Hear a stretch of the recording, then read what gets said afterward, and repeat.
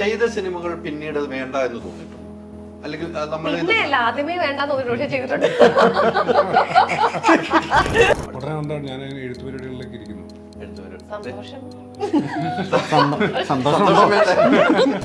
താങ്കളുടെ അടുത്ത് വലിയ ആക്ഷൻ സിനിമകൾ കണ്ട് വളർന്ന ഞങ്ങളൊക്കെ ലേലം 2 ഉണ്ടാകില്ല. ഇനിയിപ്പം എനിക്ക് ആദ്യ പടത്തിൽ ഞാൻ കാസ്റ്റ് ചെയ്ത ആരും എൻ്റെ രണ്ടാമത്തെ പടത്തിലില്ല, രണ്ടാമത്തെ പടത്തിൽ കാസ്റ്റ് ചെയ്ത ആരും ഈ പടത്തിലില്ല. ഇവിടെ അങ്ങോട്ട് അതിനൊരു മാറ്റം ഉണ്ടാകണം.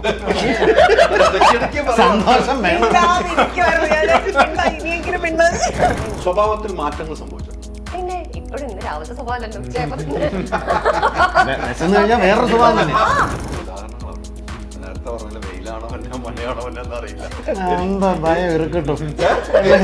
നമസ്കാരം. പുത്തൻ സിനിമയുടെ വിശേഷങ്ങൾ പങ്കുവയ്ക്കാൻ 3 അതിഥികൾ, 3 പേർക്കും സ്വാഗതം. Thank you. നമ്മൾ കുറെ ആയി കണ്ടിട്ടല്ലേ? കാവലിന് ശേഷമാണ് കാണുന്നത് അല്ലെ? ഇപ്പോൾ ഒരു വെബ് സീരീസുമായിട്ട് ഗംഭീരമായ ഒരു തിരിച്ചുവരവ് നടത്തുന്നു എന്ന് ഞങ്ങളൊക്കെ പ്രതീക്ഷിക്കുന്നു. അങ്ങനെ ആകണമെന്ന് പ്രാർത്ഥിക്കുകയും ചെയ്യുന്നു. അതിനോടൊപ്പം തന്നെ എനിക്ക് തോന്നുന്നു ഈ ഒരു സബ്ജക്ട് ഞാൻ സുരാജോട് ജസ്റ്റ് ഒന്ന് ഞങ്ങൾ സംസാരിച്ചായിരുന്നു. അപ്പം വളരെ രസകരമായിട്ട് സുരാജ് എന്നോട് ഈ കാര്യങ്ങൾ പറഞ്ഞത്. ഒരു ജീവിതം 5 ഭാര്യമാർ, ഇതാണല്ലോ നമ്മുടെ ടാഗ് ലൈൻ. നിങ്ങൾ 5 വൈഫ് എന്നുള്ള ആളാണ്. എന്തുകൊണ്ടാണ് അത്തരം ടാഗ് ലൈനിലേക്ക് പോയത്? അല്ല, ടാഗ് ലൈൻ ഇതിന്റെ ഭാഗം, ഇതിന്റെ ഈ പറയുന്നൊരു ഇതിന്റെ ആദ്യ ഒറിജിനൽ നെയിം മധുവിധു എന്നായിരുന്നു ഈ വെബ് സീരീസിന്റെ.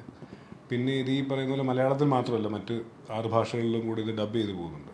അപ്പോൾ എല്ലാ ഓഡിയൻസും കണക്ട് ചെയ്യുന്നൊരു ടൈറ്റിലേക്ക് വരികയും അങ്ങനെയാണ് നാഗേന്ദ്രൻ ഹണിമൂൺസ് എന്നാക്കുന്നു.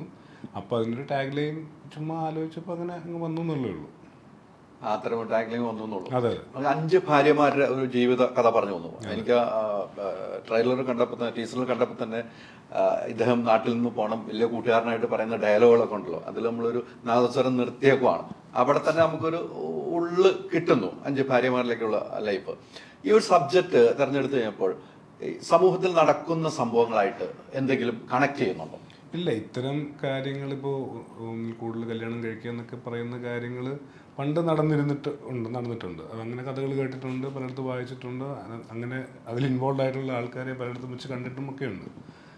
അതൊക്കെ ഇതിനെ എപ്പോഴേലൊക്കെ സഹായിച്ചിട്ടുണ്ടാവുന്നുള്ളതല്ലാതെ അങ്ങനെ ഇതൊരു ടോട്ടലി ഫിക്ഷൻ ആയിട്ടുള്ളൊരു സംഭവമാണ്. ഒരു വില്ലേജിൽ നടക്കുന്ന, അല്ലെങ്കിൽ റൂറൽ ലിമിറ്റ്സ് നടക്കുന്ന ഒരു 6 ടെറൈനുകളിലായിട്ട് നടക്കുന്ന ഒരാളുടെ ഈ നാഗേന്ദ്രൻ എന്ന് പറയുന്ന സുരാജൻ ചെയ്യുന്ന ക്യാരക്ടറിൻ്റെ ഒരു ലൈഫിലെ ഒരു 8 months, ഒരു 6 to 8 months എന്ന് പറയുന്ന ആ ട്രാവലാണ്. അതിൽ ത്രൂ ഔട്ട് ഉണ്ടാവുക, ഈ 6 എപ്പിസോഡിലും ത്രൂ ഔട്ട് ഉണ്ടാകുക സുരാജ് ചേട്ടനും പ്രശാന്തും ഷാജോൺ ചേട്ടനുമാണ്. 6 എപ്പിസോഡ് ഈ 6 നായികമാർ എന്ന് പറയുന്നത് അവരുടെ പേരിൽ തന്നെയാണ് ഓരോ എപ്പിസോഡും. നായികയുടെ പേരാണ് ഓരോ എപ്പിസോഡിനും പോകുന്നത്. അതെ അതെ. അപ്പൊ അങ്ങനെ പോകുന്നൊരു കഥയാണ്. ബാക്കി ഇതിൽ കൂടുതൽ പറഞ്ഞാൽ പിന്നെ കാണുമ്പോൾ ഒരു ലോകം ഉണ്ടാവില്ല. അല്ല, ഞാൻ അതിന്റെ ഉള്ളടക്കത്തിന് വേണ്ടി മാത്രം ചോദിച്ചാണ്. നമ്മള് രഞ്ജിപ്പണിക്കന്റെ മകളിൽ നിന്നും മാസ് ഡയലോഗ് പ്രതീക്ഷിക്കുന്നുണ്ട്. അത്തരം ഡയലോഗുകൾ നമ്മളിൽ ഉണ്ടോ എന്ന് ഞാൻ ചോദിക്കുന്നില്ല, കണ്ട് ഞാൻ തീരുമാനിച്ചോളാം. തിരിച്ചങ്ങൾ കൗണ്ടർ വരണ്ടെന്ന് ഓർത്താണ്. ഇവരെ തന്നെയാണ് സെലക്ട് ചെയ്തത്, തുടക്കം മുതൽ സെലക്ഷൻ ഇവർ തന്നെയാണ്. അതിന്റെ ഒരു ഫൈനൽ ഡ്രാഫ്റ്റ് ആയി ആദ്യം ഫിക്സ് ചെയ്യുന്നത് സുരാജ് ചേട്ടനെയാണ്, പിന്നീടാണ് എല്ലാവരെയും ഫിക്സ് ചെയ്യുന്നത്. പക്ഷേ ഞാൻ ഇതിൻ്റെ ഫൈനൽ ഡ്രാഫ്റ്റ് ആകുമ്പോൾ നമ്മുടെ മനസ്സിലുണ്ടായിരുന്ന ആർട്ടിസ്റ്റുകൾ, ഇന്ത്യൻ്റെ കഥാപാത്രങ്ങൾ ഇവർ ചെയ്തത് നന്നാവും എന്ന് തോന്നി അപ്രോച്ച് ചെയ്ത എല്ലാവരും ഇതിൽ ഇന്നായിട്ടുണ്ട്. കനിയായാലും, ഗ്രേസ് ആയാലും, ആൽഫി ആയാലും, നിരഞ്ജനായാലും, ശ്വേതശേഷി ആയാലും, അമ്മു ആണെങ്കിലും ഒക്കെ എഴുതി ഒരു ഫൈനൽ ഡ്രാഫ്റ്റ് ഷൂട്ടിന് മുമ്പ് ഒരു 2 മാസം മുമ്പ് നമ്മൾ മനസ്സിൽ കണ്ട ആക്ടേഴ്സ് തന്നെയാണ് ഇതെല്ലാം കാസ്റ്റ്. സിനിമ ചെയ്യുന്നത് പോലെ അല്ല വെബ് സീരീസ് ചെയ്യുമ്പോൾ. ടൈം കൂടുതൽ വേണം, ദിവസങ്ങൾ കൂടുതൽ വേണമെന്നാണ് എനിക്ക് തോന്നുന്നത്, അല്ലേ? അത് എങ്ങനെയാണ് ഉൾക്കൊണ്ട് പോകുന്നത് ഡയറക്ടർ എന്ന നിലയിൽ? അങ്ങനെ ദിവസങ്ങൾ കൂടുതൽ വേണമെന്നോ ടൈം കൂടുതൽ വേണമെന്നില്ല. സിനിമ നമ്മൾ എങ്ങനെ പ്രൊഫഷണലായിട്ട് ഡീൽ ചെയ്യുന്നു എന്നനുസരിച്ചിട്ടാണ് അതിൻ്റെ ദിവസങ്ങളൊക്കെ തീരുമാനിക്കുള്ളൂ. അപ്പോൾ ഞാൻ ചെയ്ത സിനിമകളിൽ അത്രയും തന്നെ ദിവസവും അല്ലെ അതിൽ കുറവ് ദിവസമൊക്കെ എടുത്തിട്ടുള്ളത് ഷൂട്ട് ചെയ്യാൻ. ഇതിനകത്താകെയുള്ളൊരു വ്യത്യാസം, സിനിമയ്ക്കൊരു ഞാൻ എപ്പോഴും ഫോളോ ചെയ്യുന്നൊരു 3-4 പോയിന്റുകളുണ്ട്. ഒരു ബിഗിനിങ്, ഒരു ഇൻ്റർവെൽ, ഒരു പോസ്റ്റ് ഇൻ്റർവെൽ, ഒരു ക്ലൈമാക്സ് എന്ന് പറയുന്ന ഒരു 4 പോയിന്റാണ് ഞാൻ സാധാരണ ഫോളോ ചെയ്യുന്നത്. ശരിയോ തെറ്റാവാം. ഇതിൻ്റെ ഒരു സംഭവം എന്ന് വെച്ചാൽ ഓരോ എപ്പിസോഡിൻ്റെ എൻഡിലും അടുത്ത എപ്പിസോഡിലേക്ക് പോകാൻ പ്രേക്ഷകനെ അവനെ തോന്നിപ്പിക്കുന്ന എന്തെങ്കിലും ഒരു സാധനം ഇട്ട് പോകണം. പിന്നെ ഓരോ എപ്പിസോഡിനും ഒരു ബിഗിനിങ്, മിഡ് ആൻഡ് എൻഡ് ഉണ്ടാവണം. ഒരു കഥ പോലെ തോന്നണം ഒരു എപ്പിസോഡ്. കാരണം ഇത് അടുപ്പിച്ച് കാണണമെന്നില്ല എല്ലാവരും. ചിലപ്പോൾ ഒരു എപ്പിസോഡ് കഴിഞ്ഞ് 2 ദിവസം കഴിഞ്ഞിട്ട് ചിലപ്പോൾ കാണാം. അങ്ങനെയാണെങ്കിൽ ഓരോ എപ്പിസോഡിനും അതിൻ്റെതായിട്ടുള്ളൊരു ഗ്രാഫ് വേണം, ഒരു ആർക്കും സ്ട്രക്ചറും ഒക്കെ വേണമെന്നുള്ളതേ ഉള്ളൂ. അതുള്ളൂ അതിലൊരു ചേഞ്ചിങ്. എനിക്ക് അത്രേ ഫീൽ ചെയ്തിട്ടുള്ളൂ. പിന്നെ സിനിമ ചെയ്യുമ്പോൾ നമുക്ക് 2-2.25 മണിക്കൂറിനകത്ത് ഒരു സിനിമയുടെ കഥ ചുരുക്കണം. ഇതാകുമ്പോൾ നമുക്കൊരു 3-3.5 hours ഇച്ചിരൂടെ പരത്തി, ഇച്ചിരൂടെ ക്ലിയർ ആയിട്ട്, ഇച്ചിരൂടെ ഡീറ്റെയിലിൽ പോയി പറയാൻ പറ്റും. അതാണ് അതിൻ്റെ ഒരു വ്യത്യാസം. ഇനി ആദ്യം തന്നെ വളരെയധികം സന്തോഷം ഇന്ത്യയുടെ നെറുകയിലേക്ക് ഒരു സിനിമ എത്തിച്ച് മലയാളികൾക്ക് അഭിമാനമാക്കി തന്നതിന് ആദ്യം തന്നെ വലിയ താങ്ക്സ് കേട്ടോ. എന്തായാലും ഈ ഒരു സബ്ജക്റ്റിലേക്ക് വന്നു കഴിയുമ്പോൾ ഇത് കേട്ട് കഴിഞ്ഞപ്പോൾ എനിക്ക് തോന്നുന്നു ഒരു സാധാരണ ഒരു നാട്ടിൻപുറത്തുള്ള ഒരു ജീവിതമായിട്ടാണ് എനിക്ക് സിനിമയിൽ കണ്ടിരിക്കുന്നത്. ആ സബ്ജക്റ്റ് കേട്ട് കഴിഞ്ഞപ്പോൾ എന്താണ് തോന്നിയത്? നിതിൻ വിളിച്ചപ്പോൾ തന്നെ എനിക്ക് സന്തോഷമായിരുന്നു. അങ്ങനെ ഒരുപാട് പേര് വിളിക്കാത്തത് കൊണ്ട് തന്നെ ഒരാൾ ഒരു മലയാളത്തിൽ നിന്നൊരു ഡയറക്ടറെ വിളിച്ചപ്പോൾ തന്നെ എനിക്ക് ഒരുപാട് സന്തോഷമായിരുന്നു. മലയാളത്തില് കാരണം ഞാൻ കുറേ ഹിന്ദിയാണ് ചെയ്യുന്നത്. ഹിന്ദി എനിക്ക് നേരെ അറിയ പോലുമില്ല. പക്ഷെ എൻ്റെ കഥാപാത്രം ചിലപ്പോഴൊക്കെ സൗത്ത് ഭാഗത്തുനിന്നോ അല്ലെങ്കിൽ കേരളത്തിൽ നിന്ന് വരുന്ന അതുകൊണ്ട് ആ ആക്സന്റ് കുഴപ്പമില്ലാണ്ട് ഹിന്ദി പറയാം അങ്ങനെ. പക്ഷെ അപ്പോഴും എനിക്ക് ബുദ്ധിമുട്ടാണ്. നമുക്ക് ആ ഭാഷ വശമില്ലെങ്കിൽ ഒരു നടി എന്നുള്ളത് നമുക്ക് ആ വേണ്ട വിധത്തിൽ ഇംപ്രവൈസ് ചെയ്യാനോ അല്ലെങ്കിൽ ഇംപ്രവൈസ് ചെയ്യണ്ടെങ്കിലോ ഒക്കെ നമ്മുടെ കയ്യിൽ ഒതുങ്ങുന്നത് അപ്പോഴാണ്. ആ രീതിയിൽ മലയാളത്തിലാണ് ഞാൻ ഇപ്പോഴും ചിന്തിക്കുന്നതും ഒക്കെ ആയതുകൊണ്ട് തന്നെ എനിക്ക് മലയാളമാണ് ഏറ്റവും അടുത്ത് നിൽക്കുന്ന ഭാഷ. മലയാളത്തിൽ നിന്നൊരു കഥ വരുമ്പോൾ ഏറ്റവും സന്തോഷം എന്ന് വെച്ചാൽ നമുക്ക് കുറച്ചും കൂടെ ഫ്രീ ആയിട്ട് ചെയ്യാൻ പറ്റുന്ന ഒരു എന്നെ പാകപ്പെടുത്തും ഒരു നടി എന്നുള്ളത്. അതുകൊണ്ട് തന്നെ ഒരുപാട് സന്തോഷമായിരുന്നു. കഥ പിന്നെ നറേറ്റ് ചെയ്തപ്പോൾ ഈ പറഞ്ഞ പോലെ മറ്റൊരു കാലഘട്ടം, ചിലപ്പോൾ എൻ്റെ വല്യമ്മമാരോ അല്ലെങ്കിൽ അമ്മായിമാരൊക്കെ സംസാരിച്ച പോലെയുള്ള വാക്കുകളും വാക്കുകൾ കോർത്തിണക്കി പറയുന്ന ഒരു സെന്റൻസ് ഉണ്ടാക്കുമ്പോൾ നമ്മൾ ഓരോ കാലഘട്ടം കഴിയുമ്പോഴും ആളുകളുടെ ഭാഷ ചെറുതായിട്ട് മാറുന്ന പോലെ എനിക്ക് തോന്നാറുണ്ട്. ഓരോ വ്യക്തികളുടെ മാറ്റം ഉണ്ടാകും. എന്നാൽ ഒരു മൊത്തത്തിൽ നമ്മൾ കുറെ ഇംഗ്ലീഷ് വാക്കുകൾ ചിലപ്പോൾ വരും, അല്ലെങ്കിൽ നമ്മുടെ ഒരു പലതും മാറും ആ സമയത്ത്. അപ്പോൾ അത് എൻ്റെ എപ്പിസോഡ് അയച്ചിരുമ്പോൾ എനിക്ക് അവർ സംസാരിക്കുന്ന ചില വാക്കുകളും അല്ലെങ്കിൽ ചില എക്സ്പ്രഷൻസ് ഒക്കെ നമുക്ക് പൊതുവെ ഇപ്പം ചെയ്യാൻ കിട്ടുന്നതല്ല. അപ്പം അതുകൊണ്ടും എനിക്ക് ഒരുപാട് സന്തോഷമായി. പിന്നെ ഈ പറഞ്ഞ പോലെ എനിക്ക് ചെയ്യാൻ ഇഷ്ടം നമ്മൾ തന്നെ കോമഡി ചെയ്യണം എന്നില്ല, ഒരു ലൈറ്റ് ഹാർട്ടഡ് ആയിട്ടുള്ള നമുക്ക് ഭാരമില്ലാണ്ട് കണ്ടു കഴിയുമ്പോൾ അങ്ങനെ പോകുന്ന സിനിമകളും കഥകളുടെയും ഭാഗമാനാണ് എനിക്ക് കൂടുതൽ ഇഷ്ടം. അതുകൊണ്ടും എനിക്ക് അങ്ങനെ ഒരുപാട് കാര്യങ്ങൾ ഉണ്ടായിരുന്നു ഇതിലേക്ക് എനിക്ക് ചെയ്യാൻ ആഗ്രഹം വരുന്നത്. പിന്നെ എൻ്റെ ക്യാരക്ടറിന്റെ പേര് തങ്കം എന്നാണ്. അവർ കുട്ടനാട് ഭാഗത്ത് താമസിക്കുന്നതാണ്. അപ്പം എനിക്കൊന്ന് നിതിനാണ് എന്നെ കൂടുതലും സഹായിച്ചിട്ടുള്ളത്. എങ്ങനെ പറയണം, അവരുടെ ഒരു ഇൻറ്റോണേഷൻ ഡയലോഗ് പറയുമ്പോൾ എങ്ങനെ വേണം, അങ്ങനെയൊക്കെ ഉള്ളതൊക്കെ ഡബ് ചെയ്യുമ്പോഴൊക്കെയും ആണെങ്കിലും നിതിനാണ് ഏറ്റവും സഹായിച്ചിട്ടുള്ളത്. എനിക്കൊന്ന് നിതിനാ ധാരണ ഉള്ളത് എന്നെ വേറെ ഏതെങ്കിലും ഇപ്പം തിരുവനന്തപുരം ആണെങ്കിൽ എനിക്ക് കുറച്ചും കൂടെ പറ്റും. ഞാൻ അവിടെ വളർന്നതാണ്. ആലപ്പുഴ എൻ്റെ അച്ഛൻ്റെ ഒക്കെ വീട് ആലപ്പുഴ ആണെങ്കിലും എന്തൊക്കെ അറിയാമെന്നല്ലാണ്ട് എന്നാലും എനിക്ക് അപ്പോഴും അറിയില്ല. അപ്പം നിതിനത് നല്ല വശം ഉണ്ടായിരുന്നതുകൊണ്ട് അതെന്നെ സഹായിച്ചു. അതെ, ബേസിക്കലി ആ ഒരു മറ്റൊരു കാലഘട്ടത്തിലേക്ക് പോകാൻ പറ്റി. അതിനൊരു കോമഡി എലമെന്റ് ആണ്. പിന്നെ സുരാജേട്ടൻ, സുരാജേട്ടൻ്റെ കൂടെയാണ് എനിക്ക് കൂടുതൽ കോമ്പിനേഷൻ. അങ്ങനെ അവരുടെ കൂടെ അഭിനയിക്കാൻ പറ്റുക, അങ്ങനെ ഒരുപാട് ഘടകങ്ങൾ മലയാളത്തിൽ ഒരുപാട് ഘടകങ്ങൾ. മലയാളത്തിൽ ഇങ്ങനെ ഒരു കോള് വരുമ്പോൾ തന്നെ നമുക്ക് വലിയ സന്തോഷമാണെന്നല്ലോ. വേണ്ട രീതിയിൽ കനിയെ ഉപയോഗിച്ചിട്ടില്ല എന്ന് തോന്നുന്നുണ്ടോ മലയാള സിനിമ? അങ്ങനെ ഇപ്പൊ എനിക്ക് അത്രയ്ക്ക് അങ്ങോട്ട് കഴിവുണ്ടോന്ന് എനിക്ക് വിശ്വാസമില്ല. എന്തുകൊണ്ട്? എത്ര അവാർഡുകൾ അവാർഡുമായിട്ട് ബന്ധപ്പെട്ടിട്ടല്ല, അത് അങ്ങനെയല്ല. ഞാൻ എന്ന നിലയിൽ എല്ലാവരും അംഗീകരിച്ചതാണ്. അങ്ങനെയല്ല, അത് അവാർഡുമായിട്ട് ബന്ധപ്പെട്ടിട്ടല്ല ഞാൻ അതിനെ കാണുന്നത്.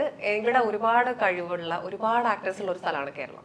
എൻ്റെ കാഴ്ചപ്പാടിൽ നടിമാരും നടന്മാരും ഒക്കെ എനിക്ക് വളരെ കുറച്ച് പേരേ ഉള്ളൂ മെച്ചപ്പെടുത്തിക്കൂടെ എന്നൊക്കെ തോന്നുന്നു. മിക്ക ആളുകളും നന്നായി അഭിനയിക്കാൻ നന്നായി അറിയുന്നവർ തന്നെയാണ്. അപ്പം നമുക്ക് ഒരു ഡയറക്ടർ എന്നുള്ള പോയിന്റ് ഓഫ് വ്യൂ നോക്കുമ്പോൾ അവർക്ക് ഒരുപാട് ചോയ്സ് ഉണ്ട്. അപ്പോൾ ചിലപ്പോൾ ഞാൻ ഇവിടെ അല്ല താമസിക്കുന്നത്, അപ്പോൾ അങ്ങനെ പല കാരണങ്ങളും ഉണ്ടാവാം ഒരാളെ വിളിക്കാൻ തോന്നാതിരിക്കുന്നതിനും അല്ലെങ്കിൽ ഒക്കെ. അങ്ങനെയും കൂടി ഞാൻ ഒരു വശം കാണുന്നുണ്ട്. പക്ഷെ അതിനോടൊപ്പം എന്നാലും ഓഡിഷന് വിളിച്ചുകൂടെ, അങ്ങനെയും എനിക്ക് തോന്നിയിട്ടുണ്ട്. രണ്ടും തോന്നിയിട്ടുണ്ട്. പക്ഷെ എൻ്റെ ഭാഗം മാത്രമാണ് ശരി എന്നുള്ള രീതി ഞാൻ കാണുന്നില്ല ഇതിനെ പറ്റിയിട്ട്. ഒരു യാഥാർത്ഥ്യമാണ് അതും. പക്ഷെ നമുക്ക് അധികം നടിമാരും നടന്മാരും ഇല്ലെങ്കിൽ നമ്മൾ ചിലപ്പം കുറച്ചു പേരുള്ള ഒരു സ്ഥലത്ത് ഒരുപാട് പേരുണ്ട്, ഏറ്റവും നന്നായി പെർഫോം ചെയ്യുന്ന ഒരുപാട് പേരുണ്ട്. അല്ല, എന്തായാലും രഞ്ജിത്ത് പണിക്കറിന്റെ മോന് ഇത് തോന്നിയിട്ടുണ്ടെങ്കിൽ ആ കഴിവുകൊണ്ട് തന്നെ തോന്നിയിരിക്കും അല്ലേ? എന്ത് സംശയിക്കണം.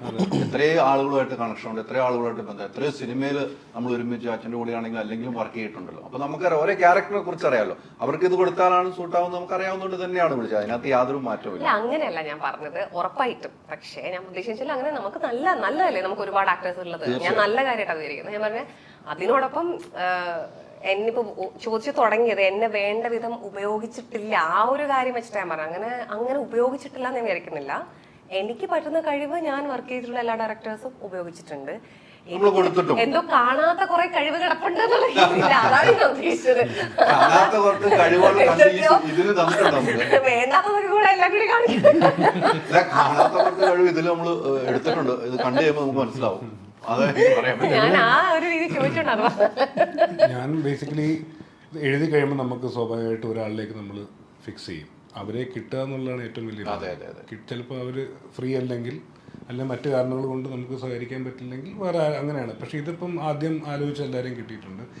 ഈ അഭിനയിച്ച എല്ലാവരും നല്ല ആക്ടേഴ്സാണ്. ഇവരുടെ കഴിവുകൾ ഞാൻ പരമാവധി ഉപയോഗിച്ചെന്ന് ചോദിച്ചാൽ അത് അങ്ങനെയൊന്നും ഞാൻ അവകാശപ്പെടുന്നില്ല. ഈ കഥാപാത്രത്തിന് വേണ്ട തരത്തിൽ അവരെ മാക്സിമം ഉപയോഗിക്കാൻ പറ്റുന്നുള്ളൂ.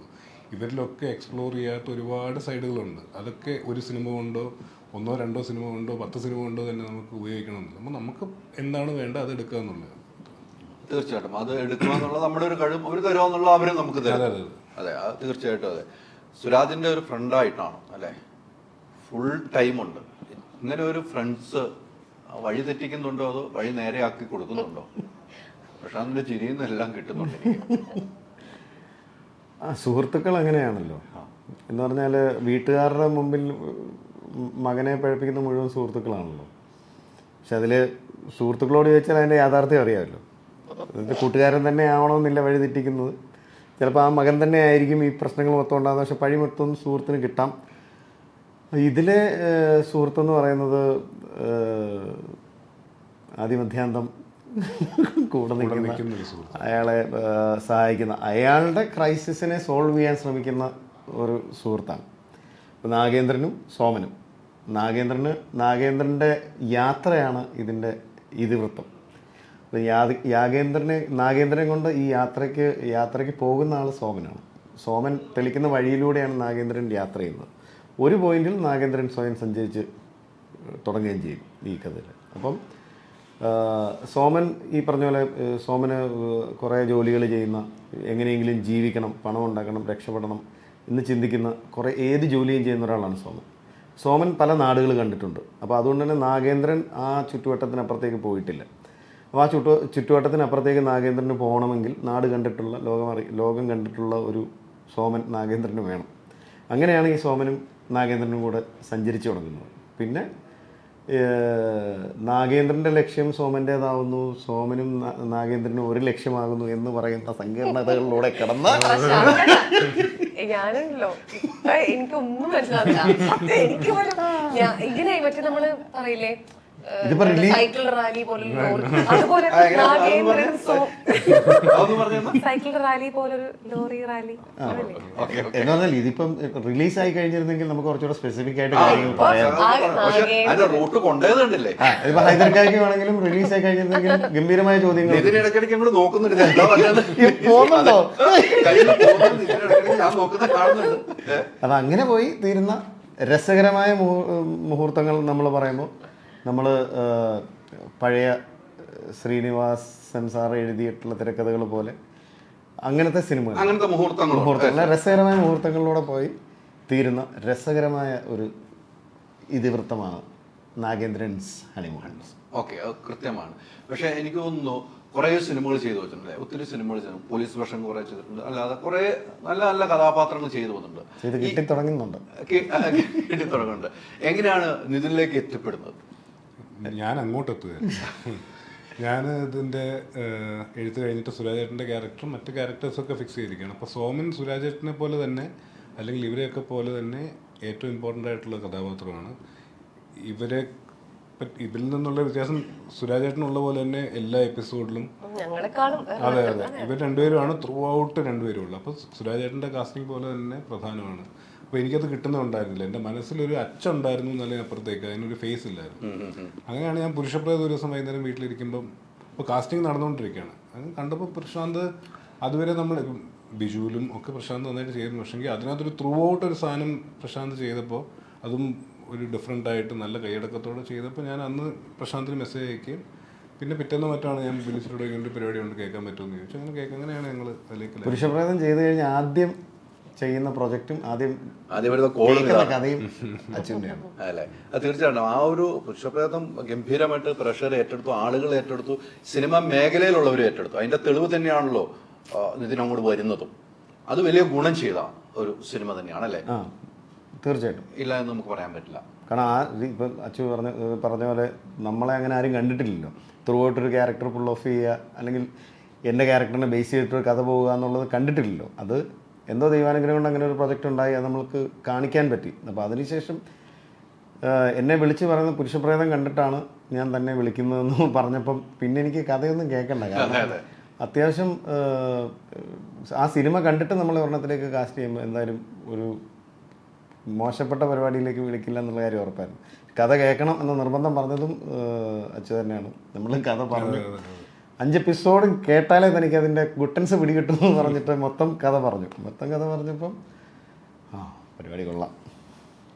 ഈ എനിക്ക് തോന്നുന്നു ഈ ഹോട്ട്സ്റ്റാറിലേക്ക് നമ്മൾ സ്ക്രിപ്റ്റ് കൊടുക്കാൻ ഒരു ടൈമും അതിൻ്റെ ഒരു ലാഗിങ്ങും ഉണ്ടാകാറുള്ളൂ. എനിക്ക് തോന്നുന്നു ഈ സ്ക്രിപ്റ്റ് നമ്മൾ ഒന്ന് കൊടുക്കുമ്പോൾ മറ്റൊരു സിനിമ ചെയ്യുന്ന പോലെ അല്ലല്ലോ. അങ്ങനെ ഒരു റൂട്ട് എങ്ങനെയായിരിക്കും? അല്ല, ഞാൻ അങ്ങോട്ട് അപ്രോച്ച് ചെയ്തതല്ല, അവരിങ്ങോട്ട് അപ്രോച്ച് ചെയ്തത്.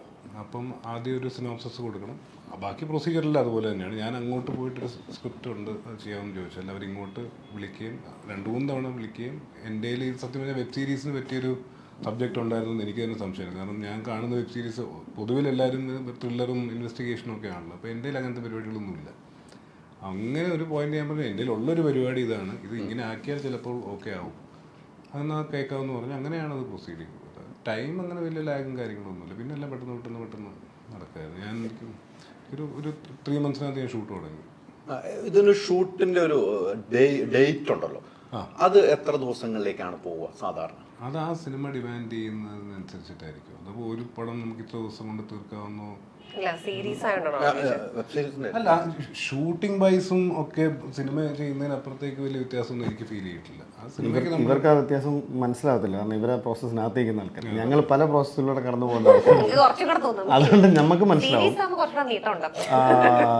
നിതിൻ എന്നൊക്കെ പറഞ്ഞാൽ ഷായ് സാറിൻ്റെ കൂടെയും അച്ഛൻ്റെ കൂടെയൊക്കെ വർക്ക് ചെയ്തിരുന്നത്. അന്നത്തെ സിനിമ ഫിലിമിൽ ഷൂട്ട് ചെയ്യുന്നതുകൊണ്ട് തന്നെ വ്യക്തമായ പ്ലാനിങ്ങും ഷോർട്ട് ഡിവിഷൻ വരെ കൃത്യമായി പ്ലാൻ ചെയ്തിട്ടുമാണ് വരുന്നത്. ഇന്നത്തെ സിനിമയെ ഡിജിറ്റൽ ആയി കഴിഞ്ഞപ്പോഴത്തേക്ക് നമുക്ക് കുറച്ചും കൂടെ റിലാക്സ്ഡ് ആയിട്ട് ഷൂട്ട് ചെയ്യാൻ പറ്റും. ഒരേ സീൻ തന്നെ നമ്മൾ ആക്ടേഴ്സ് 5-6 പ്രാവശ്യം പെർഫോം ചെയ്യേണ്ടി വരും. പല ആംഗിളിൽ വെച്ച് ഷൂട്ട് ചെയ്യും, എന്നിട്ട് പിന്നെ അത് കട്ട് ചെയ്തിട്ട് സിനിമയാക്കുന്ന പ്രോസസ്സുണ്ട്. പക്ഷേ നിതിൻ്റെ പ്രോസസ്സ് എന്ന് പറഞ്ഞാൽ വളരെ പ്രിസൈസാണ്. നമുക്ക് ഒരു ഡയലോഗ് ഒരു പ്രാവശ്യം പറഞ്ഞാൽ മതിയാവും. കാരണം ആ ഷോട്ട് അവിടെ തീർന്നു, നെക്സ്റ്റ് ഷോട്ടിലേക്ക്. അപ്പം ഈ ഒരു സിസ്റ്റം ഇതിനെ വളരെ ഫാസ്റ്റിൽ പെട്ടെന്ന് തീർക്കാൻ സഹായിച്ചിട്ടുണ്ട്. നമ്മളിങ്ങനെ ഇമ്പ്രൂവൈസ് ചെയ്ത് നിന്ന് കളിക്കുകയാണെങ്കിൽ ഇത് എത്ര ദിവസം വേണമെങ്കിലും ഷൂട്ട് ചെയ്യാൻ പറ്റുന്ന സാധ്യത ഈ സീരീസിനുണ്ട്. ആ സിനിമ ഡിമാൻഡ് ചെയ്യുന്ന സമയം കൊണ്ടോ അതിനേക്കാളിൽ അതിൻ്റെ ഇരട്ടി സമയം കൊണ്ടോ, അതല്ല അതിൻ്റെ പാതി സമയം കൊണ്ട് വരെ ഷൂട്ട് ചെയ്യുന്നുണ്ട്. പക്ഷേ ബേസിക്കലി ക്വാളിറ്റി കോംപ്രമൈസ് ചെയ്യാതെ എത്ര വൃത്തിയായിട്ട് അവൈലബിൾ റിസോഴ്സസ് വെച്ചിട്ട് ചെയ്യാൻ പറ്റും. അതിൽ ഒരു പ്രധാനപ്പെട്ട കാര്യം, നമ്മൾ സിനിമയൊക്കെ ഷൂട്ട് ചെയ്യുമ്പോൾ ചിലപ്പോൾ ആദ്യം എല്ലാവരും ആർട്ടിസ്റ്റുകൾ ക്ലൈമാക്സ് ആദ്യം ഷൂട്ട് ചെയ്യും ഇല്ലേ, ചിലപ്പോൾ സെക്കൻഡ് ഹാഫ് ആദ്യം ഷൂട്ട് ചെയ്യാം. അങ്ങനെയാണ് ഇത് അങ്ങനെ നടക്കുമോ? വെബ് സീരീസ് അങ്ങനെ എല്ലാം നടക്കും. കാരണം ടെലികാസ്റ്റ് ചെയ്യുന്നിടത്തല്ലേ ഉള്ളൂ ഇതിൻ്റെ ഒരു കണ്ടിന്യൂറ്റി വരുന്നത്. ഷൂട്ട് ചെയ്യുമ്പോൾ ഞങ്ങളിപ്പോൾ എനിക്ക് തോന്നുന്നു കനി ഫസ്റ്റ് ഡേ ജോയിൻ ചെയ്യുന്ന ക്ലൈമാക്സിലാണ്. ഒരു ഡൗട്ടാണ് ഞാൻ ചോദിച്ചത്. അല്ല, അത് ഈ പറയുന്ന പോലെ നമ്മൾ പക്ഷേ ലൊക്കേഷൻസ് വെച്ചിട്ടാണ് ആക്ച്വലി പ്ലാൻ ചെയ്തത്. ആദ്യം കണ്ണൂർ, കാസർഗോഡ് പോയപ്പം ആ എപ്പിസോഡ്സിലാണ് തുടങ്ങിയത്. അപ്പം അത് ഈ പറയുന്ന പോലെ ഇതിൻ്റെ ഷൂട്ടിംഗ് പ്രോസസ്സൊക്കെ ഇത് ടെലികാസ്റ്റ് ചെയ്യുമ്പോൾ അതിൻ്റെ ഒരു കണ്ടിന്യൂറ്റി വരുമെന്നുള്ളതല്ലാതെ വേറെ ഒന്നുമില്ല. നമ്മൾ ആദ്യം ഒരു എപ്പിസോഡ് സബ്മിറ്റ് ചെയ്യണം, പിന്നെ അങ്ങനെയല്ലല്ലോ. അങ്ങനെയില്ല. അതാണ് അങ്ങനെ പ്രശ്നങ്ങളില്ല അല്ലേ? ഒരു എപ്പിസോഡിന്റെ ദൈർഘ്യം അനുസരിച്ചുള്ള മാറ്റം ഉണ്ടെങ്കിലേ ഉള്ളൂ. വേറെ ചില സീരീസിലൊക്കെ ഒരു എപ്പിസോഡ് തന്നെ 50 minutes 1 hour എന്നൊക്കെ പറഞ്ഞു വരുമ്പോ 6 എപ്പിസോഡ് 6 മണിക്കൂർ ഫുട്ടേജ് ഫൈനലി വേണമല്ലോ. ആ രീതിയിൽ ഷൂട്ട് ചെയ്യുമ്പോൾ ഡേറ്റ്സ് കൂടാ. ചില സീരീസുകൾ 10 എപ്പിസോഡുള്ള 1 hour ഉള്ള ഒരു സീരീസ് ഒരു എപ്പിസോഡ് 30 to 35 minutes ആണ്. അപ്പം അതിന്റെ ഒരു ലെങ്തിനെ പറ്റി നമുക്കൊരു ധാരണ ഉണ്ടാവും. അത് എഴുതുമ്പോഴേ ഉണ്ടാവും. എഴുതുമ്പോൾ നമ്മൾ ഒരു സ്ക്രിപ്റ്റ് വായിക്കുമ്പോൾ നമുക്കൊരു സ്ക്രിപ്റ്റ് ഒച്ചത്തിൽ വായിച്ചാൽ ഒരു ടൈം വെച്ചാൽ ഏറെക്കുറെ കറക്റ്റ് ആയിരിക്കും അതിന്റെ ലെങ്ത്, സിനിമയുടെ ലെങ്ത്തുമായിട്ട്. വലിയ അഭ്യാസങ്ങൾ കാണിച്ചിട്ടില്ലെങ്കിൽ.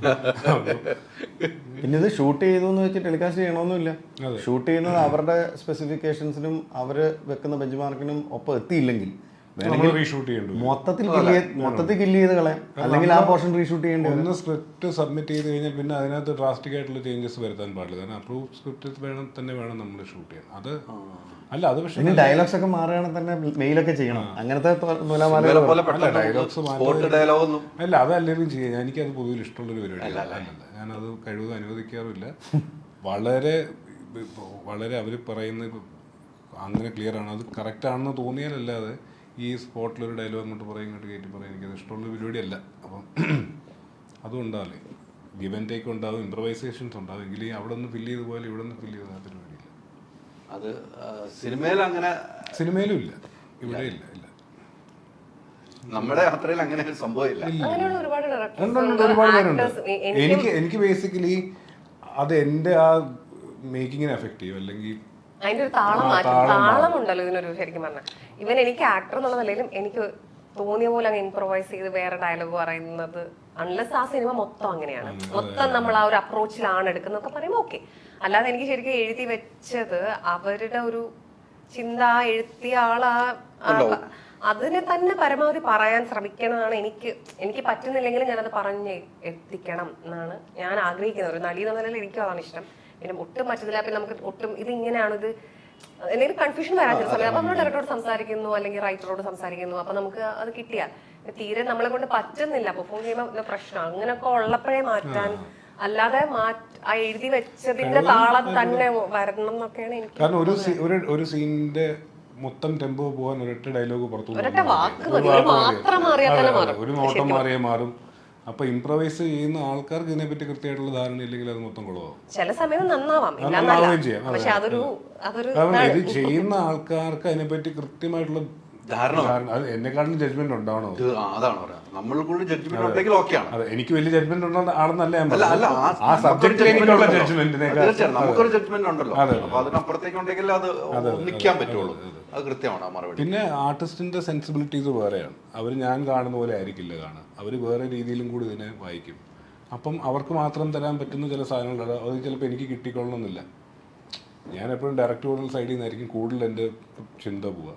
ഇവരിതിനെ മറ്റൊരു രീതിയിൽ കൂടെ വ്യാഖ്യാനിക്കാൻ പറ്റും ഇവർക്ക്. അപ്പൊ അത് ചിലപ്പോൾ ബെറ്റർ ആവാൻ സാധ്യതയുണ്ട്. അതെ, അത് ചോദിക്കാനുള്ള സ്പേസ് ഉള്ളത് നല്ലതാണ്. ചിലത് നമുക്ക് ചില ഡയറക്ടേഴ്സ് കേൾക്കും, ഇതിന് ഇല്ലടി അത് അങ്ങനെ ചെയ്യാത്തത്, അത് ഇങ്ങനെ, അപ്പൊ ശരി, അപ്പൊ ഞാനും അപ്പോഴോ അങ്ങനെ പറ്റില്ലല്ലോ. പക്ഷെ ആ സ്പേസ് ഉള്ളത് നല്ലതാണ്. ചിലപ്പോ ഈ പറഞ്ഞ അതുകൊണ്ട് അത് ബെറ്റർ ആവാം. പക്ഷെ അങ്ങനെ എല്ലാം മാറ്റിയ ചിലപ്പോൾ മൊത്തത്തിൽ താളം മാറുന്ന എനിക്ക് തോന്നിയിട്ടുണ്ട്. ഈ എഴുതി വെച്ചിട്ട് വായിക്കുമ്പോൾ ഒരു താളം ഉണ്ട്, അത് ഒരുപാട് ഇമ്പ്രൂവ് ചെയ്ത് അത് മാറും, മാറാന്നായിരിക്കും. അതെ അതെ.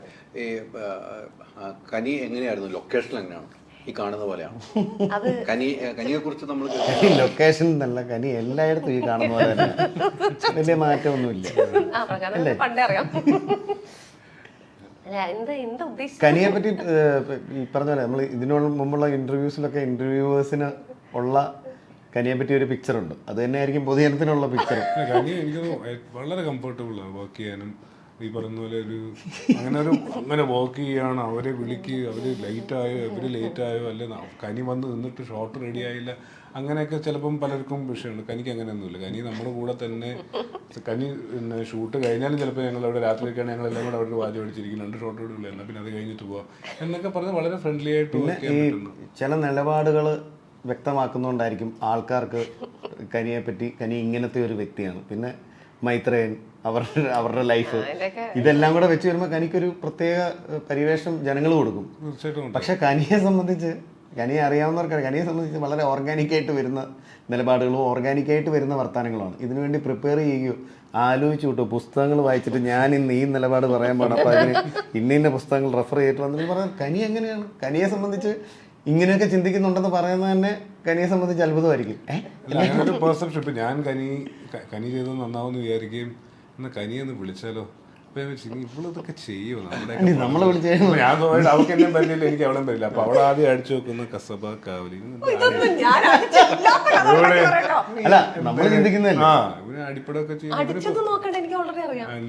അങ്ങനത്തെയൊക്കെ മെയിൻ സ്ട്രീം പടങ്ങളൊക്കെ ചെയ്യുന്നത്. ഇപ്പൊ ഞാൻ ഇവിടെ നിൽക്കുന്നത്, ഇവനെന്തായിരിക്കും എൻ്റെ അടുത്ത് കഥ പറയാമെന്നൊക്കെ വിചാരിക്കോ? എനിക്ക് മെയിൻ സ്ട്രീം സിനിമയാണ് ഇഷ്ടം. എനിക്ക് ശരിക്കും ഞാനുള്ള എന്താണ് ഇൻഡിപെൻഡൻസ് സിനിമ എടുക്കുന്നവരത്തൊക്കെ അടി തന്നെ അതിനാണ്. എനിക്ക് ശരിക്കും തിയേറ്ററിൽ സിനിമ ഇറക്കണം എന്ന് ചിന്തിച്ച് എഴുതുന്ന ആൾക്കാരുടെ അടുത്താണ് എനിക്ക് പേഴ്സണലി ഉള്ള ബഹുമാനം. കാരണം അതിന് വേറൊരു പണിയുണ്ട്. ആ പണീനെ ഞാൻ റെസ്പെക്ട് ചെയ്യുന്ന ഒരാളാണ്. മറ്റത് റെസ്പെക്ട് ഇല്ല എന്നല്ല, പക്ഷെ ഒരു ഇൻഡിപെൻഡന്റ് അല്ലാതെ എടുക്കുന്നൊരു നമ്മൾ എന്തോ ഒരു അടി പോലെ തോന്നും ചില സമയത്ത് സംസാരിക്കുമ്പോൾ അവരോട്.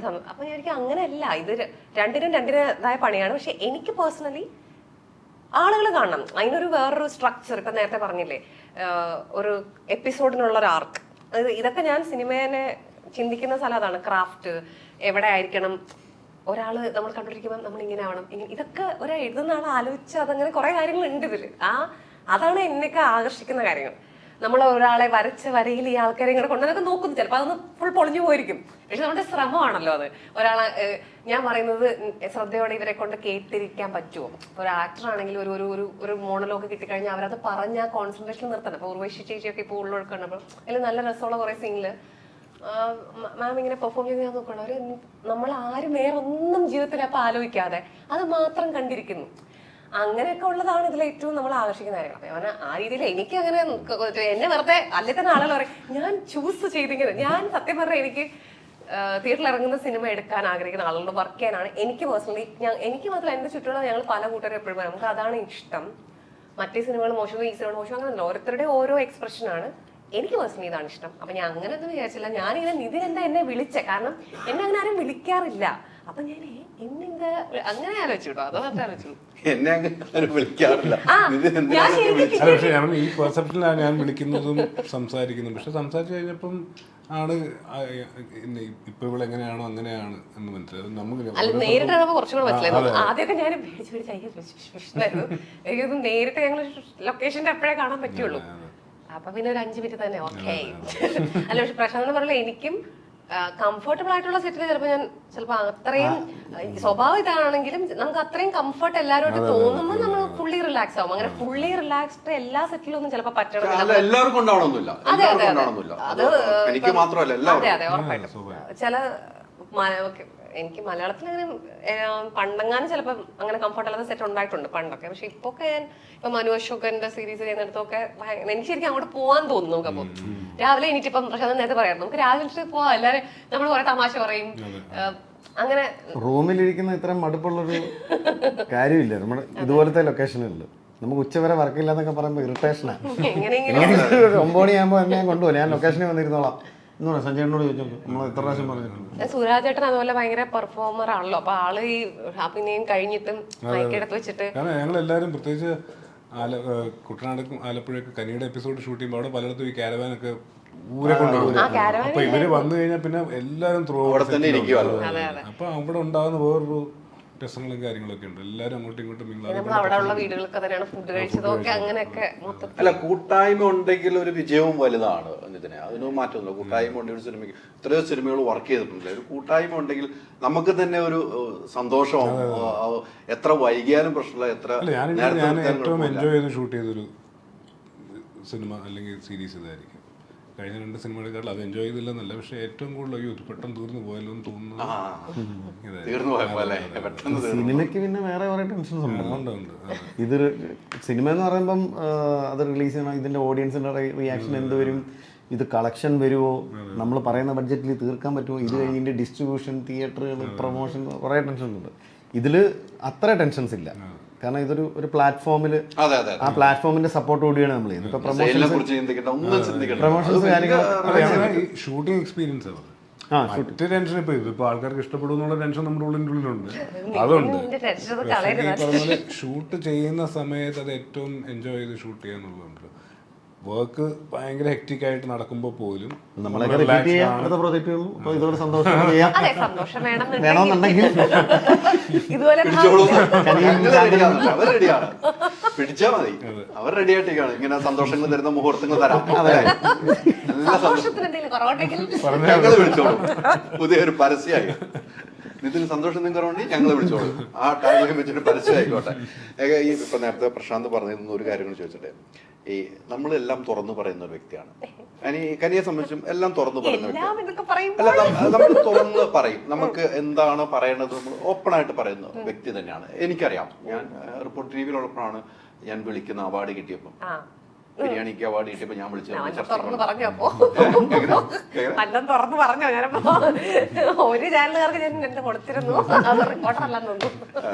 നമ്മള് മീറ്റ് ദ എഡിറ്റേഴ്സിന് വന്ന ഞാൻ നികേഷ് സാർ ഉൾപ്പെടെ അത് കഴിഞ്ഞിട്ട് പിന്നെ അത് കഴിഞ്ഞിട്ട് റിലീസ് ചെയ്തിട്ട്. അപ്പൊ ഈ കാര്യങ്ങളൊക്കെ എന്തും പറയാൻ എന്ന് ഒരു വിചാരമല്ല, നമ്മളോട് എങ്ങനെയാണ് ആളുകൾ പെരുമാറുന്നത് ആ രീതിക്കുള്ള മറുപടി കൊടുക്കുന്ന കനീനെയാണ് ഞാൻ കണ്ടിരിക്കുന്നത്. കനിക്ക് ഏറ്റവും ഫീൽ ചെയ്തിരിക്കുന്ന ഒരവസ്ഥ ഒരാൾ പറഞ്ഞതിൽ ഏറ്റവും ഫീൽ ചെയ്തിരിക്കുന്നത് എന്തായിരിക്കും വെച്ചാൽ കനി എന്ത് പറയും? ഫീൽ ചെയ്തിരിക്കുന്നത് കനി ചിലപ്പോ ഒരു വിഷമം തോന്നിയ ഒരു ഫേസ്ബുക്കിൽ ഒരു കമന്റിലായിരിക്കാം, അല്ലെങ്കിൽ നേരിട്ട് പറഞ്ഞതായിരിക്കാം, അങ്ങനെ ഒരു കാരണം ഫീൽ എന്ന് പറയുമ്പോൾ ഹാപ്പി ഒക്കെ ഹേർട്ട് ചെയ്ത് ഞാൻ ഒന്നത് അതൊക്കെ അപ്പോഴേ കളയും. എനിക്ക് ഓർമ്മ സത്യമായിട്ട് എനിക്ക് ഓർമ്മയില്ല. ഇനി അത് ഓർത്തെടുത്തിട്ട് അവനെ സന്തോഷിപ്പിക്കാൻ നമ്മൾ ഉദ്ദേശിക്കുന്നില്ല. അതാരായാലും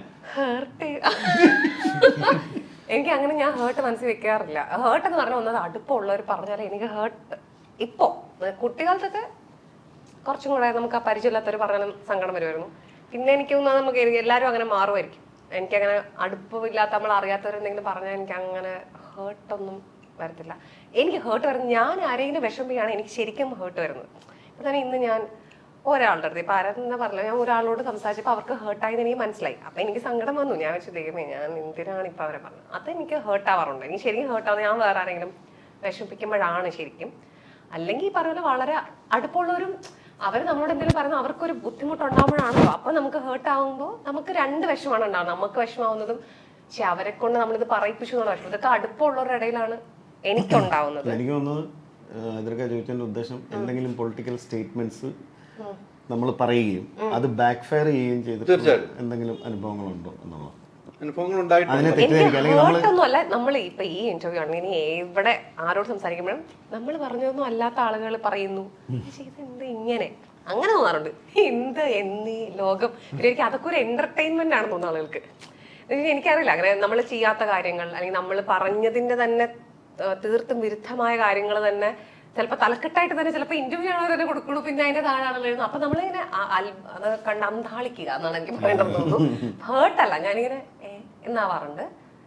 ഇല്ല എനിക്കങ്ങനെ ഒരു ചെയ്ത കാര്യങ്ങൾ ഓർത്തിട്ടും അങ്ങനെ ഇല്ല. എനിക്കങ്ങനെ ഒരാൾക്ക് ഇപ്പൊ ഒരു ആൾക്കാർ പറഞ്ഞു ഓർത്തിട്ട് എന്തായാലും ഞാൻ ഇപ്പൊ എന്തായാലും അങ്ങനെയല്ല. അതൊക്കെ എനിക്ക് ഓർമ്മയില്ല കേട്ടോ. അങ്ങനെ ഒരു ഹേർട്ട് ഇല്ല. അടുപ്പമുള്ളവർ പറഞ്ഞാലേ എനിക്ക് സ്വഭാവത്തിൽ മാറ്റങ്ങൾ സംഭവിച്ചിട്ടുണ്ട്. പിന്നെ ഇപ്പോഴും ഇന്ന് രാവിലത്തെ സ്വഭാവമല്ലോ വേറൊരു സ്വഭാവം തന്നെ. ശരിക്കും വിശന്ന് കഴിഞ്ഞാൽ എനിക്ക് വേറെ സ്വഭാവമാണ്. വെയിൽ വന്നാൽ എന്റെ ഒരു സഹിഷ്ണുത എനിക്ക് അപ്പൊ ഉണ്ടാവില്ല. അപ്പൊ എന്റെ സ്വഭാവം മാറും. മയിലിനെ പോലെ മഴക്കാർ കണ്ട അപ്പൊ പീലി വിടർത്തിയാണ്. സന്തോഷമാണ്. സത്യമാണെന്ന് തോന്നുന്നു കുറച്ചൊക്കെ. അല്ല എനിക്കങ്ങനെ ഒരു അങ്ങനെ ഒരു സ്വഭാവമൊക്കെ മാറും. നമ്മള് മാറ്റണ്ടേ. മോശം സ്വഭാവം കളയണം. നല്ലത് മാറ്റമുണ്ട് ഉണ്ടാ തോന്നുന്നു. ആൾക്കാരൊക്കെ പറയുന്നു മോശവും ഉണ്ട്. ചില നല്ല പോലെ ഉണ്ടായിരുന്ന സ്വഭാവങ്ങൾ പലതും എനിക്കിപ്പോ ഇല്ല. എനിക്ക് പെട്ടെന്ന് ചിലപ്പോൾ ദേഷ്യം വരും. ഇപ്പൊ പണ്ടൊന്നും അത്ര ഉണ്ടായിരുന്നില്ല. ദേഷ്യം വരുമ്പോ എനിക്ക് ഇത്രയും ദേഷ്യം ഉണ്ടോ എനിക്ക് തന്നെ ഞാൻ തന്നെ ഞെട്ടുന്ന പോലെ എനിക്ക് ഉണ്ടാവാറുണ്ട്. വരുമ്പോ അതിന്റെ ഒരു നമുക്കൊരു പരിമിതിയും വെക്കണമല്ലോ അതിന് എനിക്ക് തോന്നിയിട്ടുണ്ട്. പക്ഷെ ഇല്ല എനിക്ക് വരുമ്പോ ഈ നന്നായിട്ട് വരുന്നു. അപ്പൊ അതൊരു കുറച്ച് നാളായിട്ട് ഉണ്ടല്ലോ ഇത് മോശം ഒരു സാധനം ഞാൻ അക്വയർ ചെയ്ത് എവിടെ നിന്നാണ് എടുത്തോണ്ട് വന്നതെന്ന് ഞാൻ ആലോചിക്കുന്നുണ്ട്. അങ്ങനെ മോശം ഉണ്ടായിട്ടുണ്ട്. ചില കാര്യങ്ങൾക്ക് ടോളറൻസ് ലെവലിൽ കൂടി അത് നല്ലതാണെന്ന് തോന്നുന്ന അങ്ങനെ നല്ലതും മോശമായിട്ടുള്ള മാറ്റങ്ങൾ സ്വഭാവത്തിലുണ്ട്. ചെയ്ത സിനിമകൾ പിന്നീട് വേണ്ട എന്ന് തോന്നിയിട്ടുണ്ടോ? അല്ലെങ്കിൽ പിന്നെ അല്ല ആദ്യമേ വേണ്ടെന്ന് തോന്നിയിട്ടുണ്ട്. പക്ഷെ ചെയ്തിട്ടുണ്ട്.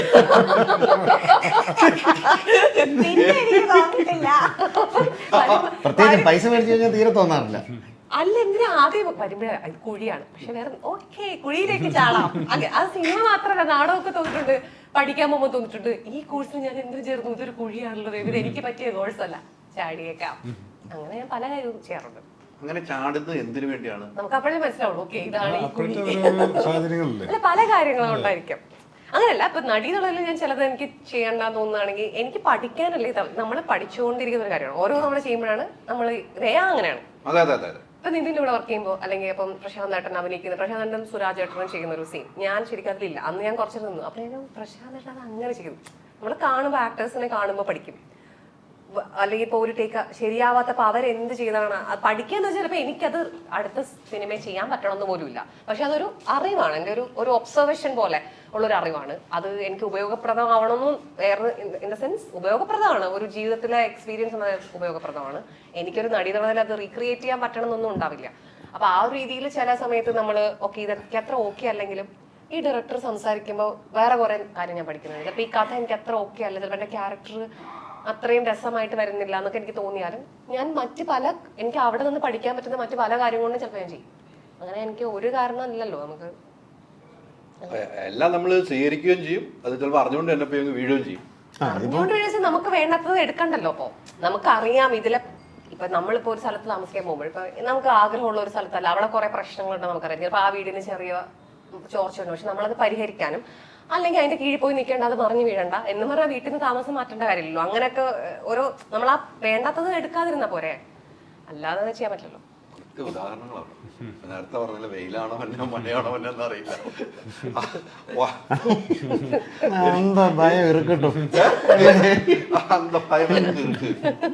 അല്ല എനിക്ക് പറഞ്ഞാട്ടെ കേട്ടോ, പിന്നെ മഴക്കാറ് വന്നോ പീലി എന്റെ പീലി എടുക്കാറായോ? അല്ല ഞാൻ ചോദിച്ചാൽ കുറെ കാര്യങ്ങൾ അറിയാവുന്നതുകൊണ്ടു ഞാൻ നേരെ റൂട്ടിലേക്ക് പോകാതെ ചോദിച്ചത്. എനിക്ക് കുറച്ച് ഉള്ളിൽ അറിയാവുന്ന കാര്യങ്ങൾ നമ്മൾ ഒത്തിരി ഞാൻ ഫോണിലും സംസാരിച്ചിട്ടുണ്ട്. ഈ ഇടയ്ക്കുണ്ടായ വിവാദങ്ങളായിരിക്കും, ഞാൻ അതിലേക്കൊന്നും പോകുന്നില്ല. ഞാൻ അതിലേക്ക് പോകാൻ എനിക്ക് താല്പര്യമില്ല. നമ്മുടെ സിനിമയുടെ അതിൽ കുറച്ച് കനിയെ കിട്ടിയപ്പോൾ നമ്മളൊന്ന് സംസാരിച്ചെന്ന് മാത്രമേ ഉള്ളൂ. എന്തായാലും ഒരു സൂപ്പർ സംഭവമായി മാറണം എന്നാണ് നമ്മളെല്ലാം ആഗ്രഹിക്കുക. കാരണം നമ്മൾ പ്രതീക്ഷിക്കുന്നത് താങ്കളുടെ അടുത്ത് വലിയ ആക്ഷൻ സിനിമകൾ കണ്ട് വളർന്ന ഞങ്ങളൊക്കെ അച്ഛന്റെ ഡയലോഗുകൾ രണ്ട് സിനിമ കണ്ട മനസ്സിലായി. ലേലം 2 ഉണ്ടാകില്ല. ഉറപ്പിച്ചോ? ഇന്നലെ ഒരു ഉറപ്പില്ലാതായിരുന്നു. ഇല്ല, ഞങ്ങൾ വേറൊരു പ്രോജക്ടിന്റെ പ്ലാനിങ്ങിലാണ്. ലേലം 2 ഇനിയിപ്പം ഇപ്പൊ ആലോചിക്കുന്നില്ല എന്നാണ് പറയുന്നത്. ഇല്ല എന്ന് തീർത്ത് പറയാൻ പറ്റും. ഇല്ല എന്ന് തീർത്ത് പറയാം. അല്ലേ, എന്തുകൊണ്ടാണ് വേണ്ട എന്ന് വെച്ചത്? അത് വളരെ പേഴ്സണൽ ആയിട്ടുള്ള കാര്യങ്ങൾ. അല്ല, നമ്മളിപ്പം ഇപ്പോഴും നോക്കിയാലും ലേലം 2 കിടക്കുന്നുണ്ട്, ലിസ്റ്റിൽ കിടക്കുന്നുണ്ട്. ലിസ്റ്റ് ഞാനല്ലല്ലോ ലിസ്റ്റിൽ കിടക്കുന്നു. അപ്പൊ അതില്ല. ഇനി ഒരു പ്രൊജക്ട്, വലിയ പ്രോജക്റ്റ് എന്നുള്ള സാധനം ഒരിക്കലും നമുക്ക് ചെയ്യാൻ താല്പര്യമുള്ളൊരു പ്രോജക്റ്റ് വലുതോ ചെറുതോ ഒക്കെ ആവുള്ളൂ. അത് നമുക്ക് ചെയ്യാൻ ഇഷ്ടപ്പെടുന്ന ഒരു പരിപാടി ചെയ്യാന്നുള്ളേ ഉള്ളൂ. അത് എല്ലാവർക്കും ഇഷ്ടപ്പെടണമെന്ന് പോലും ഇല്ല കേട്ടോ. അത് വയബിൾ ആയിട്ടുള്ളൊരു പരിപാടി ആയിരിക്കണം മറ്റൊരാൾ പ്രൊഡ്യൂസ് ചെയ്യുമ്പോൾ എന്നുള്ളത് മാത്രമേ ഉള്ളൂ. ഉടനെ ഉണ്ടാവും. ഞാൻ എഴുത്തു പരിപാടികളിലേക്ക് ഇരിക്കുന്നു. സന്തോഷം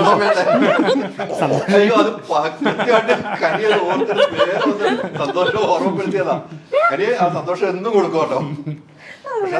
ഇതിലെനിക്ക് സന്തോഷം വേണ്ടാത്ത രീതിയിൽ എനിക്ക് നമുക്ക് നിതിന്റെ വൈഫിനെ വിളിച്ച് ഡിസ്റ്റർബ് ചെയ്യാൻ പറയാം.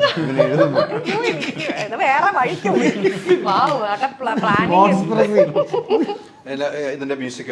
ഇതിന്റെ മ്യൂസിക് ആയിരിക്കുന്ന രഞ്ജൻ രാജാണ്.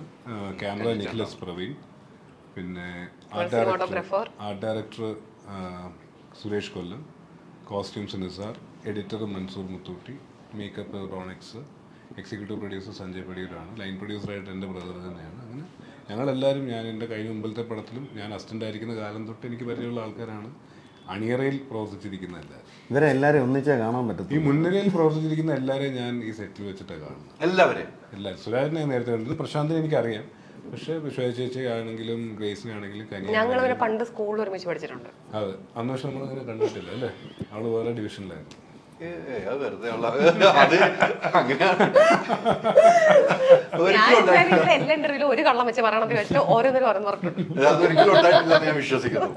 അങ്ങനെ സ്കൂളിൽ നിങ്ങൾ പഠിച്ചിട്ടില്ല. സ്കൂളിലേ പഠിച്ചിട്ടില്ല. അത് ഇവിടെ അവിടെയും തിരുവനന്തപുരത്താണെന്ന്. ട്രിവാൻഡ്രത്ത്. പക്ഷെ പഠിക്കുന്ന കാലത്ത് അവിടെ എല്ലാന്നുള്ളൂ. ഇല്ല, അന്ന് ഞാൻ പഠിച്ചിരുന്ന സ്കൂളിൽ നിന്ന് പുറത്താക്കിയ സമയത്ത് ഒരു വർഷം മുൻനിരയിലുള്ള എല്ലാവരെയും നേരിട്ട് കാണുന്നത് എന്ന് വെച്ചാൽ ഒരു സിനിമ അല്ലെങ്കിൽ നമ്മുടെ ലൊക്കേഷനിൽ ചേച്ചി ഞാൻ അതിനുമ്പ് എനിക്ക് പരിചയമില്ല. ഞാൻ പുള്ളിക്കാരി ജോയിൻ ചെയ്യാൻ വരുമ്പോഴാണ്. കനിയെ അതെ, ഗ്രേസിനെ അതെ, ആൽഫിയെ അതെ, നിരഞ്ജനെ നേരത്തെ അറിയാം, അമ്മൂനെ അതെ, പ്രശാന്തിനെ നേരത്തെ അറിയാം. സുരാജേട്ടനെ പക്ഷെ എനിക്ക് തോന്നുന്നു സ്ക്രിപ്റ്റുമായിട്ട് ആദ്യം കാണാൻ പോകുമ്പോഴാണ് ഞാൻ ആദ്യം ഒരു 5 മിനിറ്റ് ഞങ്ങൾ ഷാജോൻ ചേട്ടനെ അതെ ലൊക്കേഷനിൽ വരുമ്പോഴാണ്. നമ്മളും ഏറ്റവും കൂടുതൽ സംസാരിക്കുന്ന കഥ പറയുമ്പോഴാണ്. അതെ അതെ, ജസ്റ്റ് അറിയാം എന്നുള്ളേ ഉള്ളൂ. അതെ, ഷാജോൻ ചേട്ടൻ, രമേശ് പിഷാരടി ചേട്ടൻ, ജനാർദ്ദൻ ചേട്ടൻ എനിക്ക് ആദ്യകാലം തൊട്ട് ഞാൻ ആദ്യ സിനിമ വർക്ക് ചെയ്യുമ്പോൾ തൊട്ട് എനിക്ക് ജനാർദ്ദനങ്ങളെ പരിചയമുണ്ട്. അപ്പോൾ ജനാർദ്ദനങ്ങളെ എനിക്ക് നല്ല സിക്കുണ്ടായിരുന്നു. ബാക്കി ഇവരുമായിട്ടൊക്കെ ഓൺ ദ ഡേ ഓഫ് ഷൂട്ടാണ് പരിചയപ്പെടുന്നത്. പക്ഷെ അതൊന്നും അവർക്കും ഫീൽ ചെയ്തിട്ടുണ്ടാകും, അതിൽ എനിക്ക് ഫീൽ ചെയ്തിട്ടുള്ളൂ. അടുത്ത സിനിമയിലേക്കും സന്തോഷം ഇടയ്ക്ക് തരുമെന്ന് വെച്ചാൽ. പക്ഷെ എനിക്ക് ഒരു കാര്യം ഇപ്പോൾ പറഞ്ഞു തന്നപ്പോൾ, സൗഹൃദമല്ല ഒരു സിനിമയാണ് വലുതെന്ന് കാണുന്ന ഒരു സൗഹൃദ കൂട്ടായ്മയിൽ പല ആൾക്കാരെ വെക്കുകയല്ല നമ്മൾ സിനിമയ്ക്ക്. അതാണ് എനിക്ക് ഇതിൽ കണ്ടത്. അങ്ങനെ ഉണ്ടല്ലോ ഒരു, അതാണ് തീർച്ചയായിട്ടും ഉണ്ട്. പക്ഷെ അതിനപ്പുറത്തേക്ക് നമുക്ക് നമുക്ക് വേണ്ടവരെ ഈ പ്രോഡക്റ്റിന് എന്താണോ വേണ്ടത് യെസ്, അതിന് ആവശ്യമുള്ളവരെ ചൂസ് ചെയ്യുക. അതിലേക്ക് നമ്മൾക്കൊപ്പം ഉള്ളവരെ അതിനകത്ത് ഇൻവോൾവ് ചെയ്യിക്കാൻ പറ്റുമെന്ന് തീർച്ചയായിട്ടും ഉണ്ട്. അതാണ് എനിക്ക് അൾട്ടിമേറ്റ്ലി പ്രോജക്റ്റ് നന്നാവുന്നുള്ളേ ഉള്ളൂ. അല്ലെങ്കിൽ ഇപ്പം എനിക്ക് ആദ്യ പടത്തിൽ ഞാൻ കാസ്റ്റ് ചെയ്ത ആരും എൻ്റെ രണ്ടാമത്തെ പടത്തിലില്ല, രണ്ടാമത്തെ പടത്തിൽ കാസ്റ്റ് ചെയ്ത ആരും ഈ പടത്തിലില്ല. ഇവിടെ നിന്ന് അങ്ങോട്ട് അതിനൊരു മാറ്റം ഉണ്ടാവണം. സന്തോഷം അത് വിട്ട് സന്തോഷപ്പെടുന്നതിനെ വിട്ടു. പക്ഷെ ഇടയ്ക്കിടയ്ക്ക് ഓർമ്മ ഇതിന്റെ എനിക്ക് ഞാൻ ഭയങ്കരമായിട്ട് ഹോപ്പ് ചെയ്തു എൻ്റെ ഒരു സീസൺ 2 ഉണ്ടാവും മോസ്റ്റ് പ്രോബബ്ലി. അങ്ങനെ ആകുമ്പോൾ എല്ലാവരുമായിട്ടും എന്തായാലും ഞങ്ങൾ എവിടെ നിർത്തി അവിടെ നിന്ന് തുടങ്ങാൻ ഉള്ളൊരു അങ്ങനെ ആവട്ടെ എന്ന് വിചാരിക്കും. തീർച്ചയായിട്ടും അങ്ങനെ പ്രാർത്ഥിക്കാൻ ഇതിന്റെ 2 ഉണ്ടാകട്ടെ, സീസൺ 2 ഉണ്ടാകട്ടെ. അപ്പൊ എന്തായാലും സന്തോഷിപ്പിക്കാൻ തന്നെ നിങ്ങൾ ഉണ്ടാവും. ആ സന്തോഷം വലുതായി ആ സന്തോഷത്തിലേക്ക് പോകും. സീസൺ 2 ഉണ്ടാവുമ്പോഴാണ് അല്ല ഈ സ്വഭാവം ഒന്നും പറയാൻ പറ്റില്ല. മടക്കി വെക്കുമെന്നാണ് പറയേണ്ടത്. ഉള്ളൊന്നും മാറാറില്ല, പക്ഷെ നമ്മുടെ ചില പെരുമാറ്റങ്ങളൊക്കെ മാറ്റാറില്ലേ, മാറും. അത് എല്ലാവർക്കും ഉള്ളതല്ലേ? അതെ അതെ, അതുപോലെ എനിക്കും ഉണ്ട്. എല്ലാവർക്കും ഉള്ളതേ ഉള്ളൂ, അല്ലാതെ കനിക്ക് മാത്രമല്ല. എന്നോടാ നേരത്തെ ചോദിച്ചത് സ്വഭാവം പറയുന്നു. എല്ലാവർക്കും ഉള്ളവരാണെങ്കിൽ എന്നോട് ചോദിക്കണ്ടല്ലോ. എങ്കിലും കനി വിശക്കുന്നുണ്ട്, ഓർമ്മശക്തിയാണ് കേട്ടോ. ഓർമ്മശക്തി ഉണ്ടല്ലേ? വിശപ്പ് വന്നിട്ട് നിൽക്കുകയാണ്. അതെ അതെ, ഇനി വിശപ്പ് കൂടുന്നവരും സ്വഭാവം മാറുന്നു. അപ്പൊ എന്നത്തെ റിലീസാ കാര്യങ്ങളൊന്നും പ്രഷർ റൂമിലേക്ക് ഉടനെ ഉണ്ടാവും. മിഡ് ജൂലൈയിലേക്കായിരിക്കും ഇതിൻ്റെ release. Hotstar plus Disney plus ഹോട്ട്സ്റ്റാറിലാണ് അവരുടെ അടുത്ത സീരീസ് റിലീസ് ആയിരിക്കും. മിഡ് ജൂലൈയിലാണ് ഇപ്പോൾ റിലീസ് പ്ലാൻ ചെയ്യുന്നത്. അപ്പം എല്ലാവരും സൗകര്യം പോലെ വീട്ടിലിരുന്ന് വീട്ടിലെ സൗകര്യത്തിൽ കാണാവുന്നതാണ്. നിങ്ങൾക്കൊരു മെജോറിറ്റിക്ക് എൻ്റർടൈൻഡ് ആവും എന്ന പ്രതീക്ഷയിലാണ് സിനിമ ചെയ്യുന്ന പോലെ ഇതും ചെയ്തിട്ടുള്ളത്. അങ്ങനെ ആവട്ടെ എന്ന് വിചാരിക്കുന്നു. ഇത്രയും കാസ്റ്റ് ഉണ്ട്, അത്യാവശ്യം തിരക്കിട്ടില്ലാത്ത കഥയും തിരക്കഥയൊക്കെ ഉണ്ട്, അത്യാവശ്യം മോശപ്പെട്ട രീതിയിലല്ലാതെ എടുക്കാൻ ശ്രമിച്ചിട്ടുണ്ട്. അപ്പം ഓക്കെ ആയിരിക്കും തോന്നുന്നു. അപ്പം കണ്ടിട്ട് വിലയേറിയ അഭിപ്രായങ്ങൾ അറിയിക്കാം. തീർച്ചയായിട്ടും സത്യസന്ധമായ അഭിപ്രായങ്ങൾ അറിയിക്കുക. സൂപ്പർ ഹിറ്റ് ആർട്ടിനെ ഈ പറഞ്ഞ പോലെ ഇതിന്റെ എല്ലാവരും കാണട്ടെ, ആദ്യം ആൾക്കാർ കാണട്ടെ, കാണുന്നതിൽ ഒരുപാട് പേർക്ക് ഇഷ്ടമാകട്ടെ. തീർച്ചയായിട്ടും ഇതിന്റെ സെക്കൻഡും ഉണ്ടാകട്ടെ എന്ന് നമ്മൾ ആഗ്രഹിക്കുന്നു. ഒത്തിരി നന്ദി, താങ്ക് യു. സന്തോഷം.